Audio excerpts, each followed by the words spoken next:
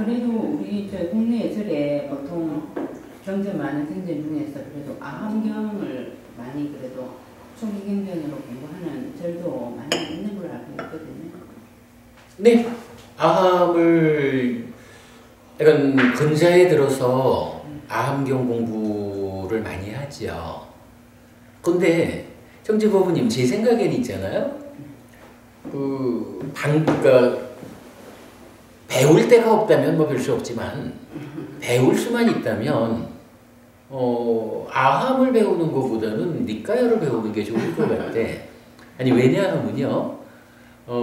니까야는 어쨌거나 부처님 살아계실 때 당신 말씀하신 그게 발음 그대로 전해져 오는 거거든요. 문자와 상관없이 그냥 부처님이 발음하신 그대로를 인도는 인도식으로 자기들의 문자로 발음으로 적어냈어요. 스리랑카는 스리랑카대로 자기들의 발음으로. 어차피 발음이라는 것은 들리는 그대로 적응되잖아요. 우리도 그게 가능하잖아. 한글도.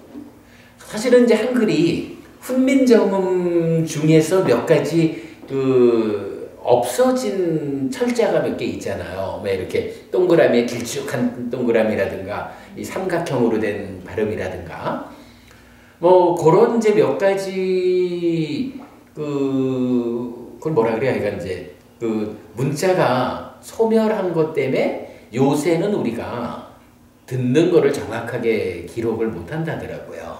그래서 왜 저기 영어 발음도 뭐 이런 거가 우리말로 이게 정확히 구분이 잘 안 된다면요. 뭐 F도 그렇고. 근데 그게 원래 훈민정음의 그 철자로는 다 기록이 된다는 거예요.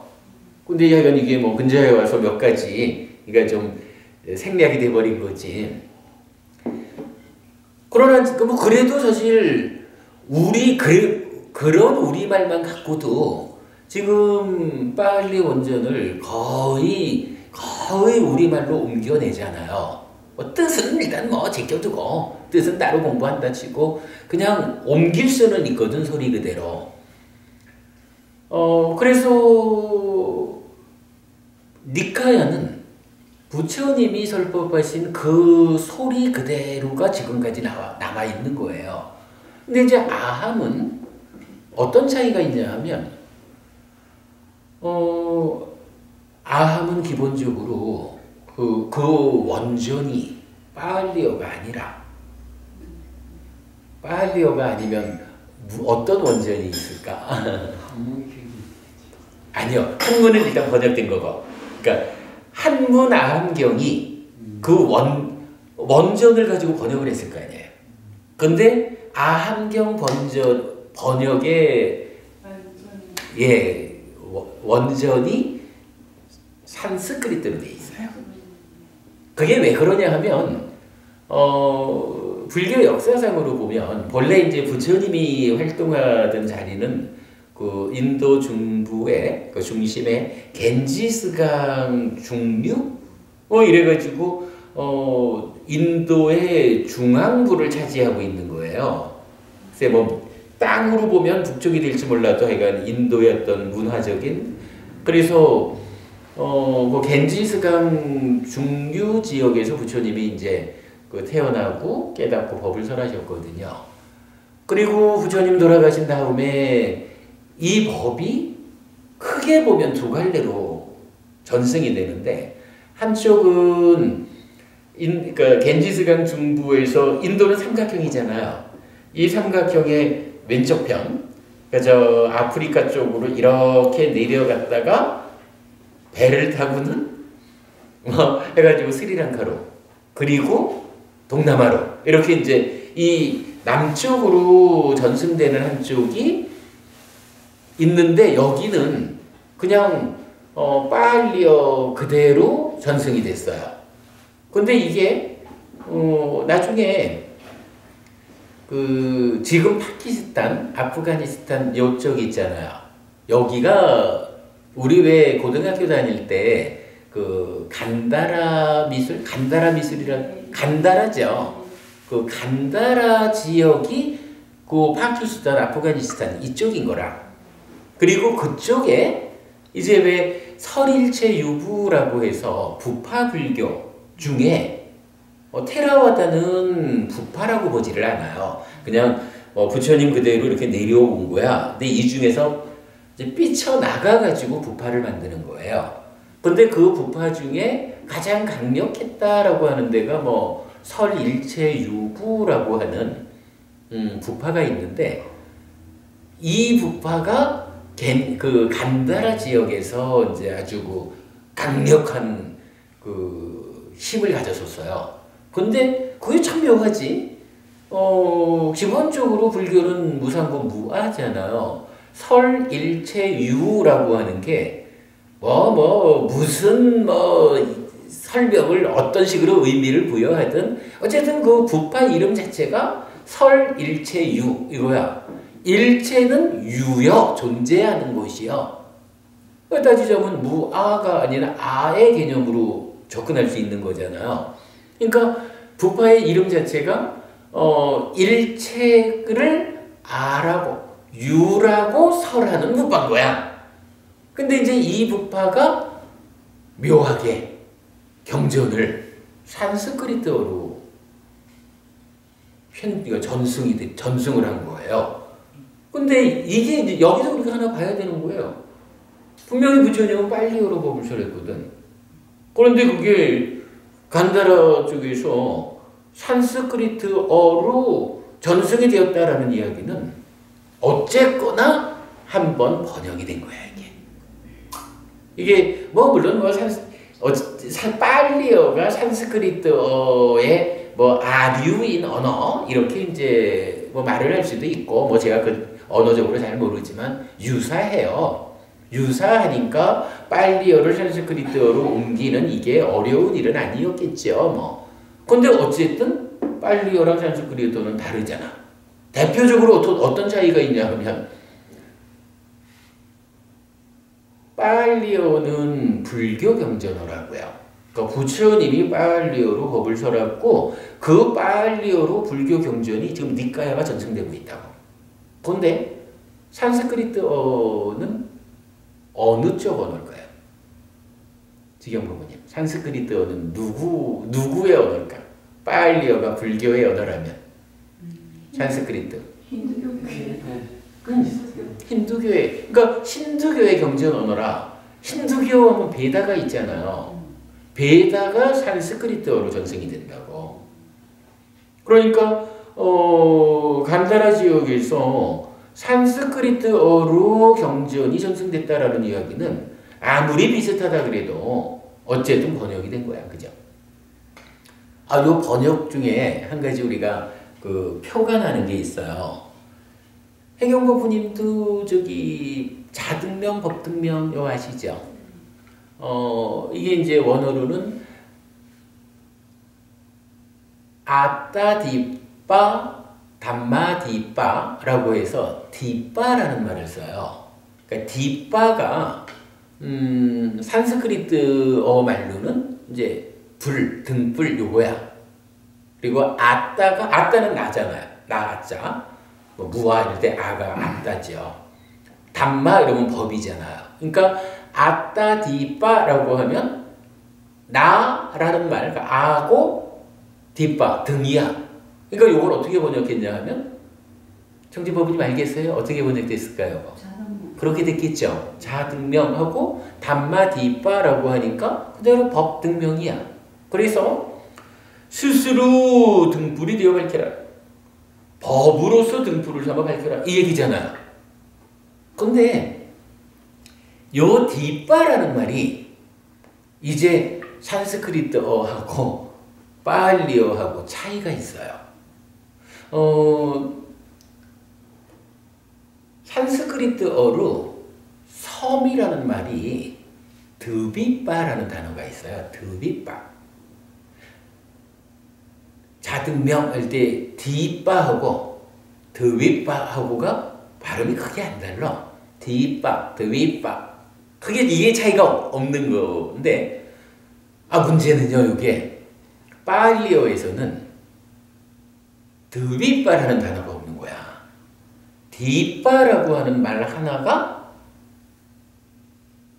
두 가지 의미를 가져요. 그래서 뒷바가 한 가지 의미로는 등불이고 한 가지 의미로는 섬이야. 그러면 뒷바라고 하는 요 단어가 부처님이 어떤 의미로 쓰셨을까 하는 부분은 섬으로 썼든지 등불로 썼든지 둘 중에 하나겠죠. 근데요, 요거요, 산스크리트어로 요게 번역될 때 만약에 그 내용을 분명히 아는 사람이 번역을 했다 하면 산스크리트어로 바꿀 때 아따 드빗바라고 번역을 했을 수도 있는 거야. 근데 이거를 그냥 발음 그대로 옮겼다라고 하면 산스크리트어로 바꾸면서 아따 뒷바라고 그냥 번역을 할 수가 있는 거야. 뭐 산스크리트어니까 뭐 아뜨만 뒷바 이랬을까 뭐 잘 몰라 하여간. 근데요, 만약에 부처님이 아따 뒷바라는 말을 등불이라는 의미를 담아서 쓰신 거면 이게 산스크리트어로 넘어가면서 뭐 자등명 이렇게 스스로 등불이 되어 밝혀라 라고 번역이 되어도 괜찮은 거예요. 근데 테라와다에서는 이게 좀 입장이 다르네. 테라와다에서는요, 자등명, 법등명이라고 말을 안 해요.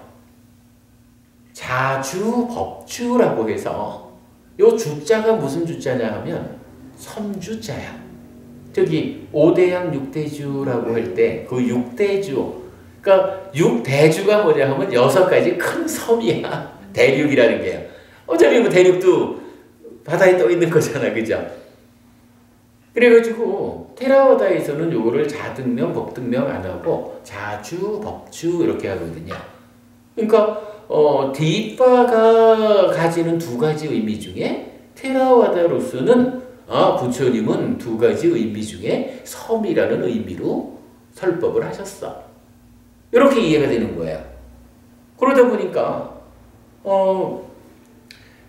아따 뒷바, 담마 뒷바라고 부처님이 하나로 설하신 이 말씀이 이제 테라와다에서는 자주 법주, 스스로 섬이 되고 법으로서 섬을 삼아라. 이건 무슨 이야기인가요? 우리가 우리 사는 걸 뭐라 그래요? 고해 이렇게도 보통 부르죠. 윤회하는 우리 중생들의 삶을 괴로움의 바다 이렇게 보통 부르는 거잖아요. 바다에 빠졌는데 제가 이게 잘 쓰는 표현이야. 바다에 빠졌는데 발을 쫙 뻗었어요. 바다에 빠졌으니까 그냥 허프될 거 아니야. 허프될 때 순간적으로 정신을 딱 차려가지고 달리 말하면 사띠 해가지고 내가 지금 바다에 빠졌구나 라고 지금 나의 상황을 딱 알아차리고 발견해가지고 발을 뻗어보자 라고 해서 발을 딱 뻗었더니만 발이 바닥에 닿는데 그때 몸을 쭉 펴보니까 코가 물 밖에 딱 나왔어. 청지부분이 그러면 어떨까? 좋겠죠? 사실은요, 요게요, 어떤 통계를 보니까 정확한 기억은 아닌데 60%인가 70%인가가 그러니까 익사하는 물에 빠져 죽는 사람들의 절반 이상이 한 길 안 되는 물에서 죽는데 그 얘기는 뭐냐 하면요, 어구 빠졌구나 이래가지고 허우적대는 거예요. 그때 말이죠. 이제 부모님들은 다 아시는 이야기가 있잖아. 사띠라는 게 있잖아.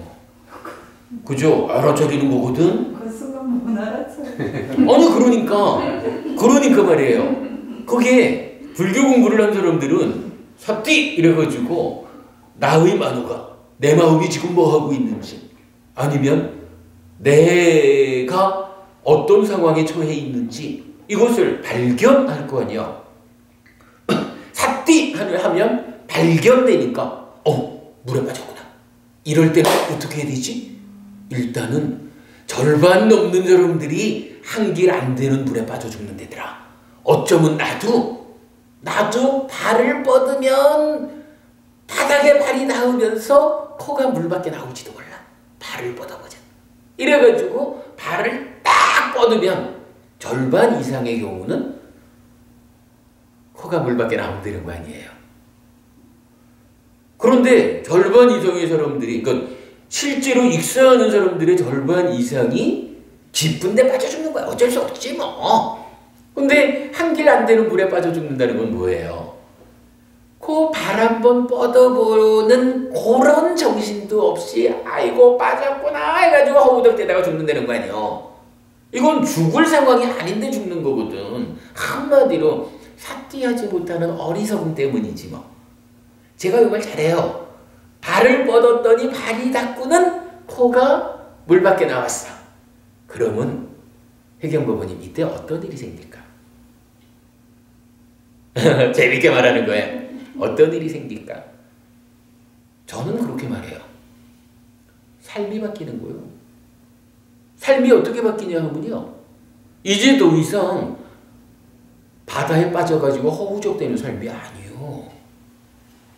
코가 물 밖에 나왔다라는 게 확인되는 그 순간 삶이 어떻게 바뀌냐 하면 이제 해운대가 좋아요? 광안리가 좋아요? 네, 참 해수욕 가본 지가 오래돼서 모르겠네. 그 순간 삶이 허우적대는 삶이 아니고요. 해수욕 와가지고 여름 휴가를 즐기는 삶으로 바뀌어버리는 거야 이게. 지금 부모님 안 그럴까요? 더 이상 이게 물에 빠진 게 아니잖아. 수영장에 가서 노는 거지. 아이 뭐 숨 쉴 수 있는데 뭐가 걱정이야. 그죠? 자주라는 게 바로 그거야. 자주. 일단 발을 뻗어보자. 그랬더니 코가 물 밖에 나오는구나. 살았구나. 삿띠하는 힘으로 우리가 사념조 사마타 윗바사나 하는 이 수행의 힘으로 또 공부를 통해 가지고 참으로 나의 삶이 무언지 배워 아는 이 힘으로 허우적대는 삶을 해수욕 온 휴가의 삶으로 바꿔오는 그런 변화가 따르는 거예요. 그런데 만약에 발을 뻗어 봤는데도 불구하고 닿지 않고 코가 물밖에 안 나와. 그러면 이건 내가 정말로 물에 빠졌구나. 상황은 어쩔 수 없는 거지 뭐. 그죠? 해수욕 온 상황이 아니구나 라는 게 현실이 그러면 그런 줄 알아야 되는 거지 뭐. 그런데요. 이게 다르잖아요. 허우적대다가 그냥 물 마시고 죽는 사람하고 아이고야 내가 물에 빠졌네. 다리를 뻗어보자. 그래도 안 닿네. 코가 물밖에 안 나오네. 내가 이거 완전히 깊은 물에 빠졌구나. 요거 내가 대응을 잘못하면 죽겠구나. 요 상황을 아는 거잖아. 그죠? 그러면 그때 두 가지 경우가 있는 거예요. 일단은 내가 물에 빠졌구나라고 알기 때문에, 달리 말하면 깨어있기 때문에, 삿띠하기 때문에, 알아차리고 있기 때문에, 내 삶의 현재 상태를 발견하고 있기 때문에 어떤 형태로든 내가 살아나기 위한 시도를 할 수 있다고. 뭐 어디 나무 토막이라도 하나 없을까? 스티로폴이라도 하나 떠 있지 않을까? 찾아볼 수 있는 거예요. 의외로 여러분 우리가 살아가는 가운데 보면요, 꽉 막힌 것 같은 그 어려움도 정신을 차리고 잘 돌아보면 의외의 곳에서 의외의 도움이 나타나잖아요. 그거 못 보고 그냥 어쩌나 헤매고 있다가 망하고 죽고 그러는 거지.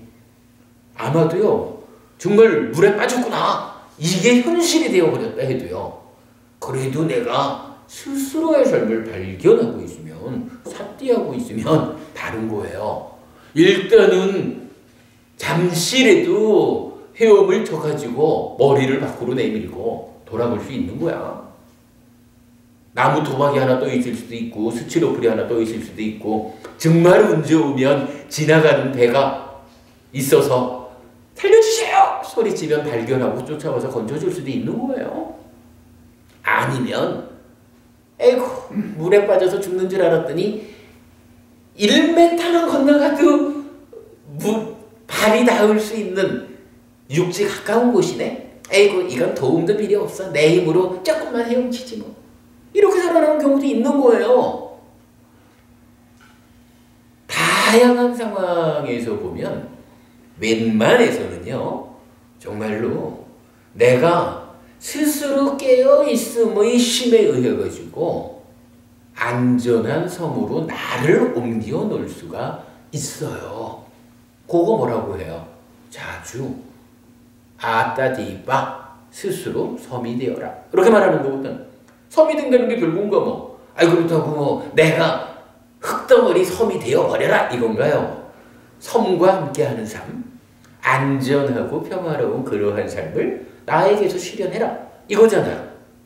깨어있다, 사띠했다라는 요 한 가지 힘에 의해서 사실은 대부분의 경우가 스스로의 힘으로 살아나는 거거든요. 그 살아나는 가운데 어떤 방법으로? 라고 하니까 담마디바 법을 섬으로 삼아서 부처님 가르침에 의지해서 내 스스로의 힘으로 스스로를 구원해라. 이렇게 말하는 거지 뭐. 이게 아따디바 담마디바. 물론 경우에 따라서는요. 정말로 태평양 한가운데 떨어져 가지고 도저히 나의 힘으로 극복할 수가 없어.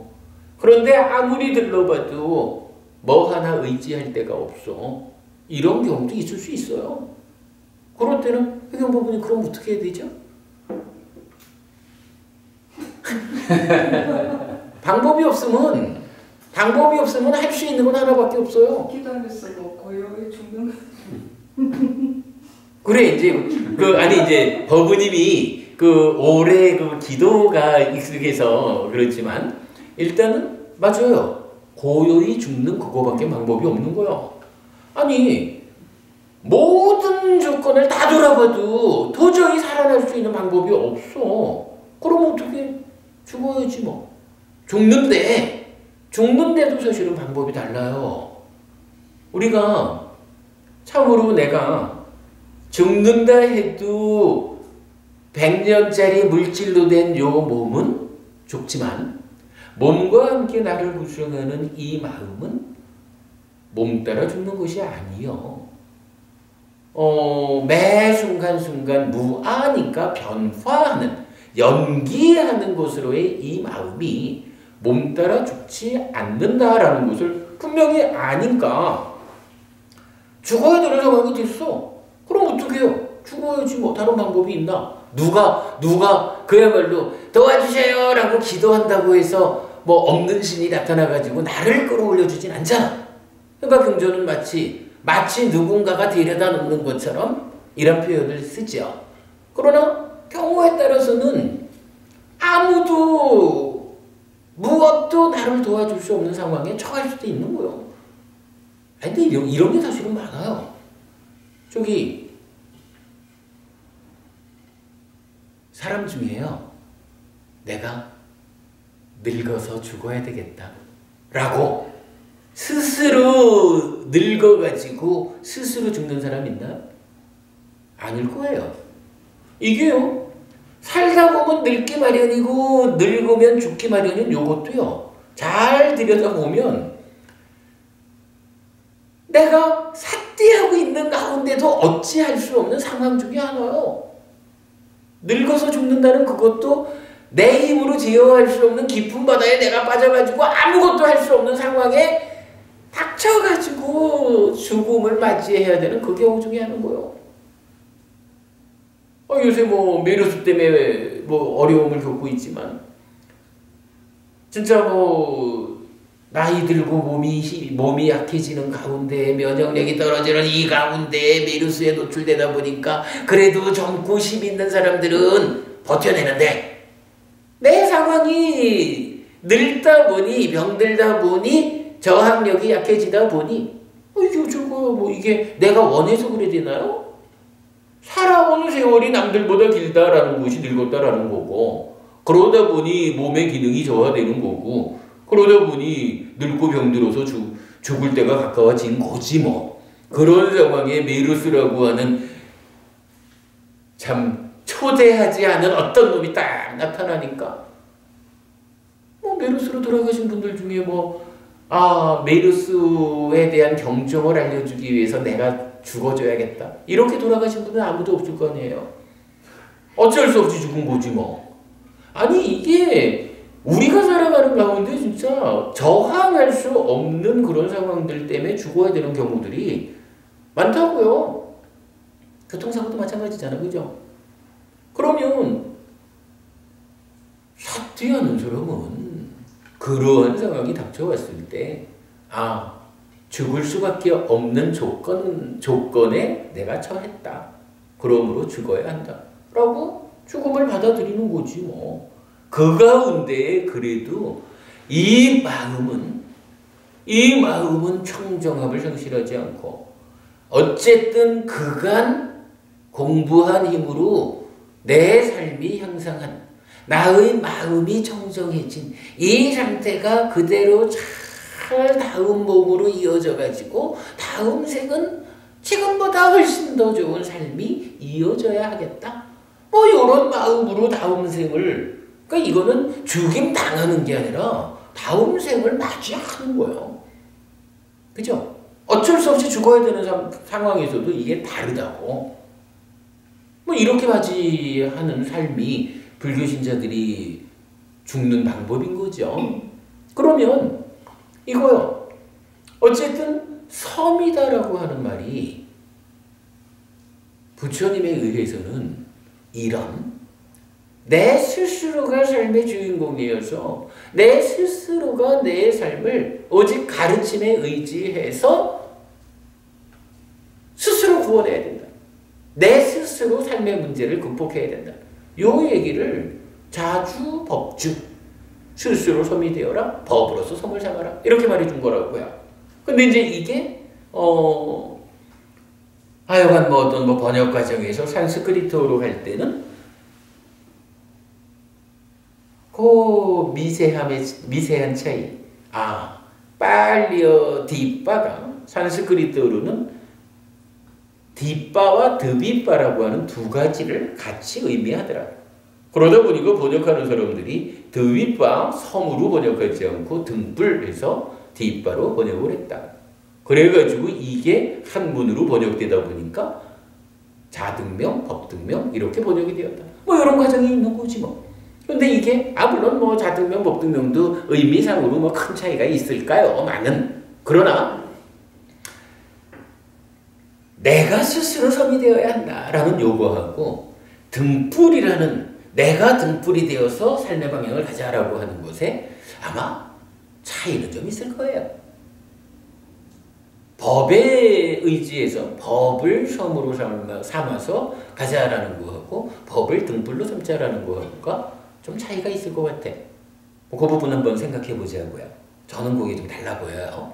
근데 어쨌든 이게 지금 이 얘기를 우리가 왜 했냐 하면 정진보부님 말씀이 요즘 아함경을 공부하는 법회가 많아졌습니다 라고 말씀을 하셨고, 저는 그래도 기왕 초기 경전 부처님 직설이라는 경전을 우리가 공부하자라고 하면 아함보다는 니까야가 좀 좋을 것 같습니다 이렇게 말하는 중이죠.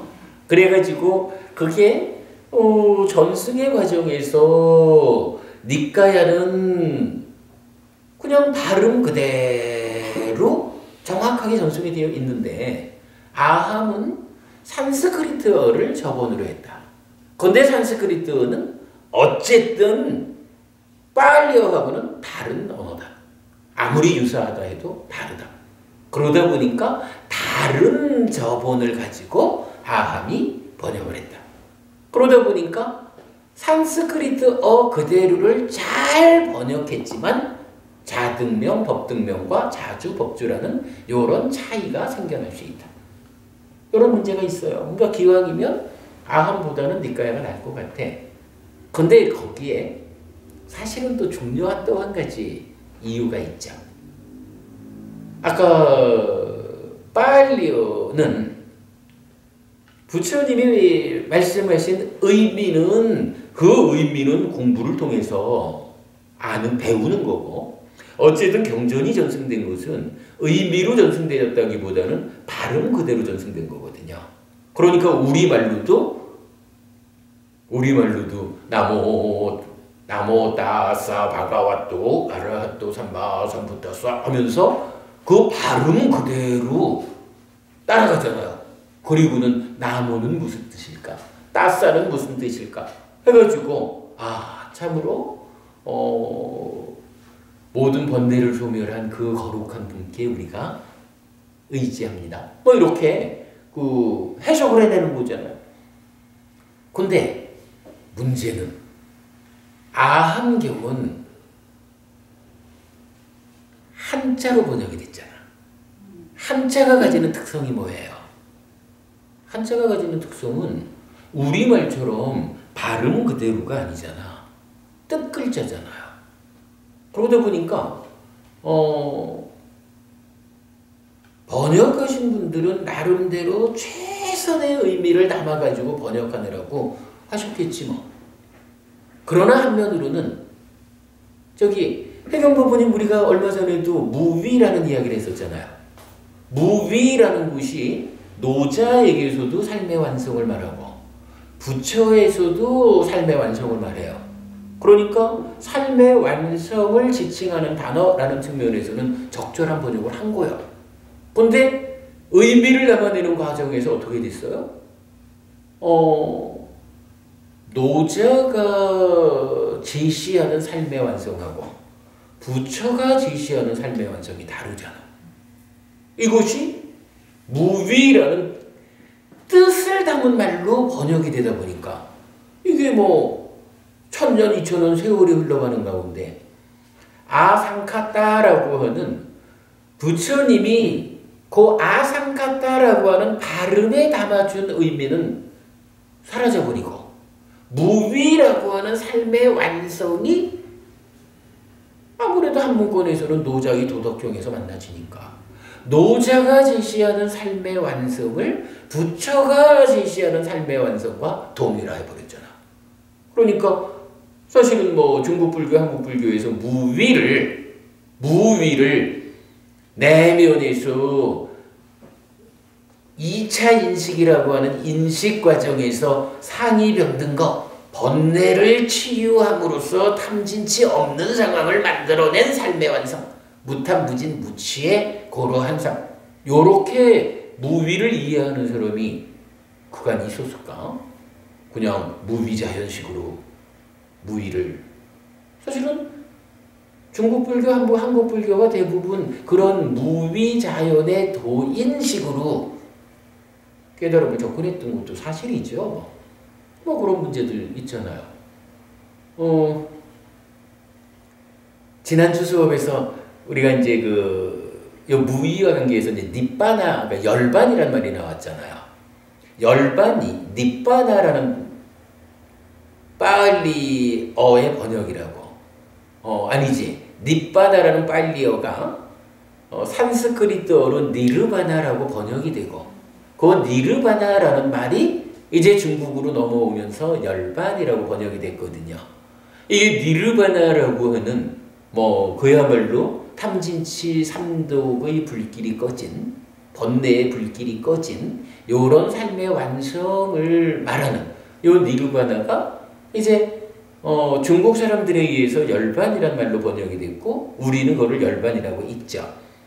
지난주 법회에서 그래서 중국에서 20여 년간 살다 오신 우리 노부부님한테 마침 이제 질문을 했죠. 노부부님, 요 열반을 중국말로 어떻게 발음합니까? 하니까 네반 이래야 된가? 그러니까요. 열반이란 말이 중국 사람들은 니에반 뭐 그래 되는 거야. 그러니까 니르바나라고 하는 그 말을 의미를 무위라는 말은 노자식으로 번역을 연결을 시켰는데 니빠나 니르바나라고 하는 요 말은 어떻게 그 의미를 연결시키는 뜻으로 연결시키는 단어를 못 찾았나 봐.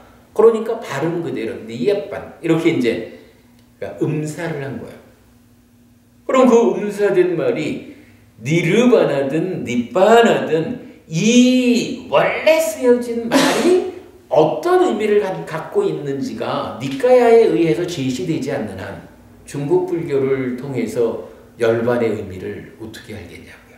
그러니까 열반에 대한 다양한 해석이 나오는 거겠지 뭐. 뭐 이런 한 번 산스크리트어로 번역이 되었다.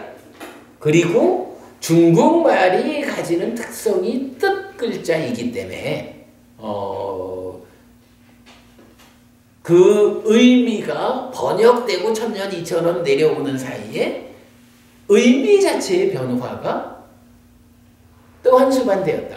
뭐 이런 두 가지 측면을 보면 기왕의 초기 불교 공부를 합시다 라고 해서 아함경을 초기 불교를 공부하자라고 한다면 아함경보다는 뭐 니까야를 배울 수 없던 시절 같으면 아함만 해도 훌륭하지만 이제 니까야를 공부할 수 있는 조건이 갖춰졌다면 굳이 우리가 아함을 공부할 이유가 없죠. 그보다는 니까야를 공부하는 게 맞죠.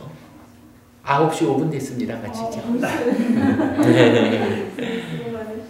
그래요. 오늘은 뭐 얘기를 하다 보니까 그래 됐지만 그래도 오늘은 사실은 중요한 주제가 자주법주. 그래서 스스로 섬이 되어야 한다. 스스로 그러니까 법으로서 섬을 삼아야 한다라는 이 주제 중요하죠. 그리고 기왕이면 아함보다 니까야로 공부하셔요. 발음이나 어떤 그런 말보다는 교수님 그냥 법 자체를 공부하고 싶은 거지. 그렇죠. 언어에 그런 거 그래요. 배우고 싶지 않습니다. 그러니까 부처님 법 자체를 공부하자라고 생각하면 니까야를 공부하시면 됩니다. 잘 오셨습니다.